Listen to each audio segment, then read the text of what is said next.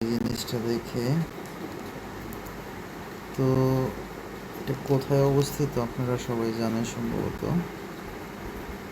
দেখাইতেছি এই জায়গায় আমাদের হচ্ছে ব্রাজিল। এই দেখছেন ব্রাজিলের এই দ্বীপটাতে অবস্থিত। লোকেশন হচ্ছে এই জায়গায়। তো আপনারা দেখবেন তো কোরআনে লেখা আছে দাজ্জালের কথা, স্পষ্টভাবে দেখবেন এগুলা। এই দ্বীপটাতে স্পষ্ট দেখা যাচ্ছে, দেখবেন এই যে এই জিনিসটা কি আপনারা কি বলতে পারবেন?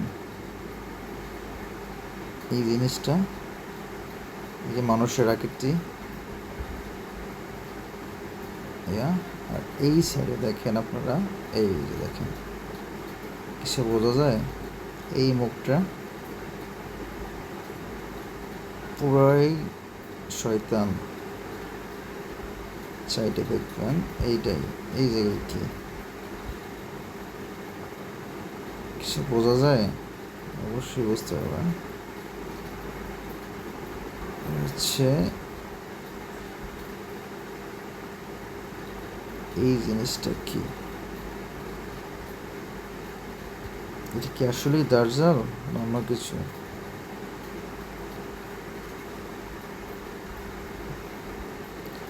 আপনারা সরাসরি দেখতে পারেন।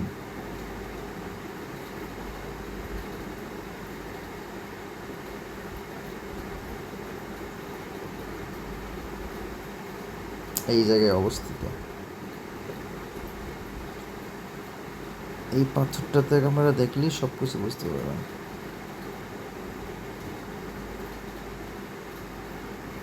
ওকে, এই জায়গাটা সুন্দর দেখা যাচ্ছে।